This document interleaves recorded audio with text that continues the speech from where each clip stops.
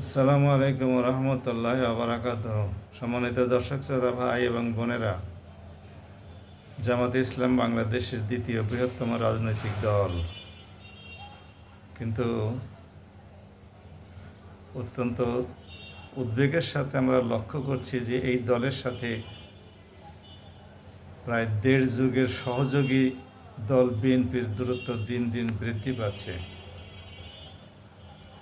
যদিও জামাত বিএনপি সরকারের সংখ্যাগরিষ্ঠতা লাভের পরে বিএনপিকে প্রতিশ্রুতি দিয়েছে যে জামাত গণতন্ত্রের জন্যে কোনো রকমের বিড়ম্বনা সৃষ্টি হয়, কোনো হুমকি সৃষ্টি হয়, এরকম কোনো কাজ করবে না।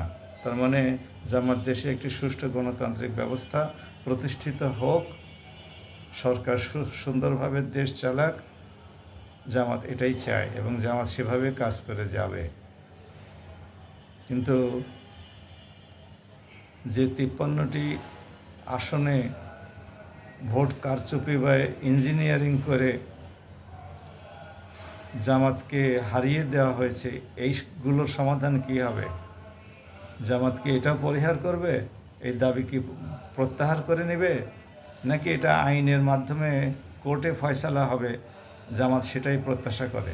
যদি এটা কোর্টে যায় অথবা নির্বাচন কমিশন স্বাধীনভাবে কাজ করে সমাধান করে, তাহলে জামাতের এই প্রতিশ্রুতি রক্ষা করা যেমন সহজ হবে, বিএনপির পক্ষেও তেমনি জামাতের সহযোগিতা অর্জন করা সহজ হয়ে উঠবে। আমরা বিএনপি সরকারকেও আহ্বান জানাই, আপনারা জামাতকে সহযোগিতা করুন। তাদের যে দাবি আছে, আপনারা দরকার যদি হয় সুষ্ঠু বিচারের মাধ্যমে তাদের দাবিকে মিথ্যা প্রমাণিত করুন। আমরা জামাতকে অনুরোধ করি, আপনাদের দাবি যদি সত্যি হয় তাহলে সঠিক দলিল প্রমাণ পেশ করুন এবং কোর্টের মাধ্যমে নিরপেক্ষভাবে এটা যাচাই হলে আপনারা যদি সেই সিটগুলো ফেরত পান, তাহলে সেখানে আপনাদের জয় হবে নিঃসন্দেহে। বিএনপিকেও এটা মেনে নিতে হবে। তাহলেই কেবলমাত্র দেশে একটি সুষ্ঠু গণতান্ত্রিক ব্যবস্থা প্রতিষ্ঠিত হতে পারে। বিএনপি যদি মনে করে যে আমরা যেহেতু সংখ্যাগরিষ্ঠ ভোটে জিতে গেছি, কাজে এই 53টা আসন যদি জামাত পেয়ে যায় বা 30টাও যদি পেয়ে যায়, তাহলে তো আমাদের সংখ্যাগরিষ্ঠতা থাকে না। সুতরাং কোনো অবস্থাতেই জামাতকে সেই সুযোগ দেওয়া যাবে না। তাহলে তো জামাতও তাদের হাত গুটিয়ে নেবে। বিএনপিকে যে সমর্থনের জন্য নিঃস্বার্থভাবে প্রতিশ্রুতি দিয়েছিল, জামাত সেখান থেকে তাদের হাত গুটিয়ে নেবে।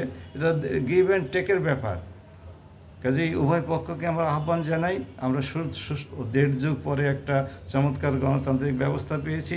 এই গণতান্ত্রিক ব্যবস্থা সুন্দরভাবে চলুক, কাজ করুক এবং দেশে একটি সুশাসনের জন্যে চমৎকার গণতান্ত্রিক ব্যবস্থা প্রতিষ্ঠিত হোক। প্রতি 5 বছর অন্তর অন্তর নির্বাচন হোক, সেখানে যারা জনপ্রিয়তা অর্জন করবে, জনগণকে কনভিন্স করতে পারবে, তারাই ক্ষমতায় আসবে। এভাবেই দেশে গণতান্ত্রিক ব্যবস্থা চালু হোক। আর যদি তা না হয়, তাহলে কোনো একটি দল ক্ষতিগ্রস্ত হবে, আর একটি দল ক্ষমতায় আসবে। আবার সে দল অপরাধ করলে যে দল হেরে গেছে সেই দল আবার পরবর্তী টার্মে ক্ষমতায় আসবে। এরকম হতেই থাকবে। তবে আলটিমেটলি আমরা প্রত্যাশা করি দেশের 2টি দল থাকা উচিত।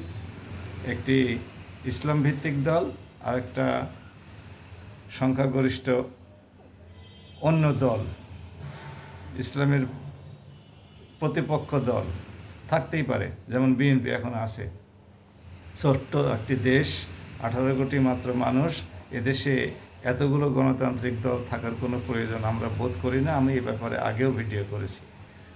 সবাই ভালো থাকুন। বাংলাদেশ জিন্দাবাদ। আসসালামু আলাইকুম। আল্লাহ হাফিজ।